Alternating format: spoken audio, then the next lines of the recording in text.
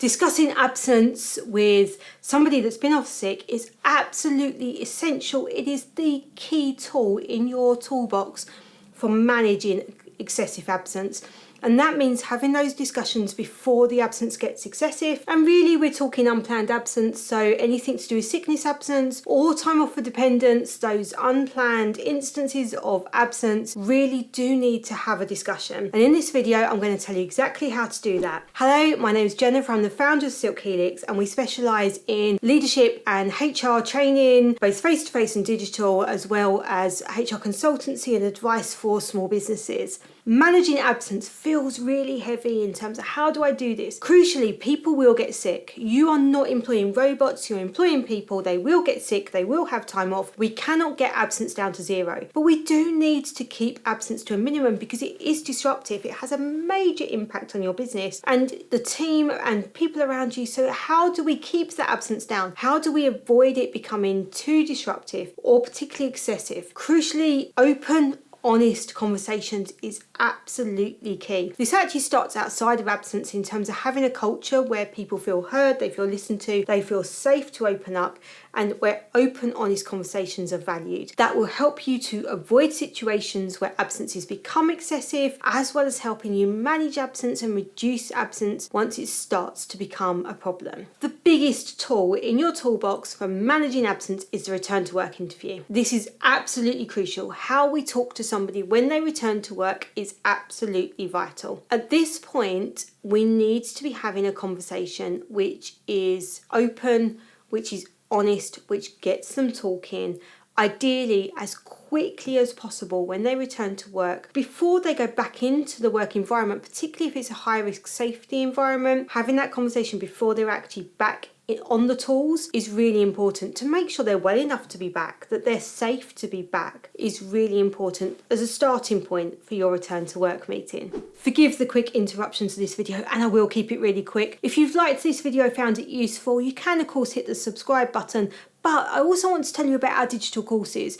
In our digital courses, I go into much more detail. The videos are very similar to these. It's me, it's on camera, but there's also downloads, there's sample forms, there's a few sample policies in there as well. All the things that you need to know. We've even got some coming where we've got live classes as well. So check out our digital courses. Details are on screen now and in the description below. Look forward to seeing you on one of our courses in the future, and in the meantime, I'll let you get back to the video. So how do you have that meeting? The return to work meeting is not a form filling exercise. Yes, I would recommend that you have a form, you have a document that prompts you, reminds you what you should be talking about, but don't go through it going, your name, your department, what were your symptoms? Did you see a doctor? That's not going to prompt an open, honest conversation. They may be the questions on the form. Fill as many in as you can before you get into the conversation. Prepare for it. Crucially, know how many absences they've had in the 12 months prior to you having this conversation, because you want to be able to reflect back on that. So you need to be prepared. Anything they've told you on day one, make a note of it already, and then let the conversation flow. Welcome them back. Ask them how they're feeling. Ask them if they are well enough to be back. And that can follow on in the conversation. When they tell you about what they're feeling, they'll follow on. If relevant, ask them, did they see a doctor?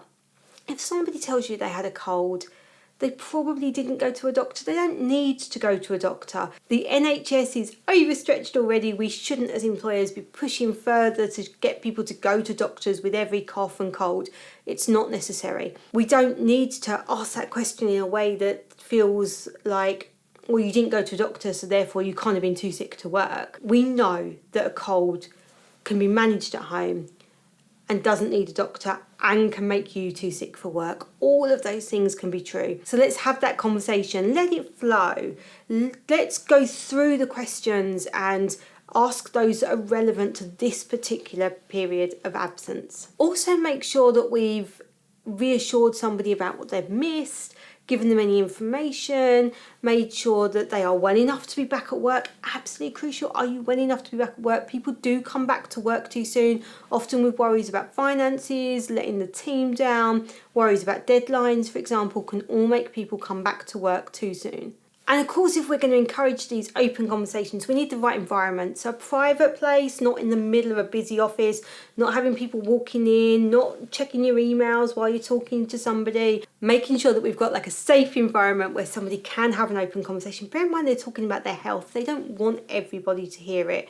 Making sure that we also take notes, but we're not kind of head down where there's no eye contact, but we're jotting down a few quick notes as we go along, and then perhaps we can complete the form properly after the meeting, making sure that we've got that record. That record is really important. If you've got somebody who this is the only absence they've had, they're perhaps a bit anxious about the fact that they've been off sick, they're perhaps a bit worried about coming back, being supportive is great. They feel valued. They feel like you care that they weren't well. They feel like that it was understood that sometimes they're going to get sick and that this is okay. That person may never be sick again. That form may never come out the filing cabinet again. If you've got somebody who this begins to be a pattern, these forms are your evidence. They are forming the evidence that we need if we are going to do a capability process, if we're going to be looking at formal warnings for levels of absence, if we're going to need later on to do so an occupational health review. All of these forms become really important evidence in that. But that doesn't mean that we're going into them in an investigation mode. We're going in a supportive mode. It doesn't matter whether someone's absence becomes excessive or not. That same process of being supportive encourages those open conversations, encourages us to have really good record keeping, but also to say to someone, did you know that you've had 8 periods of absence in the last 12 months?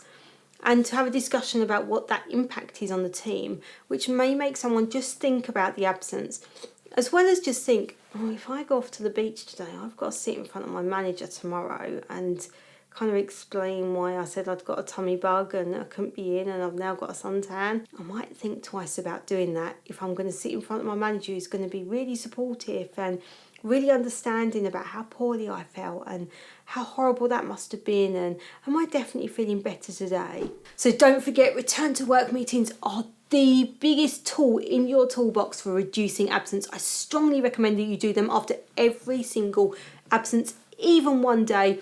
They will help to reduce absence for you. If you've liked this video, if it's been useful to you, don't forget to hit the subscribe and the notification bell and check out other videos on managing absence, performance and everything else that you need to know.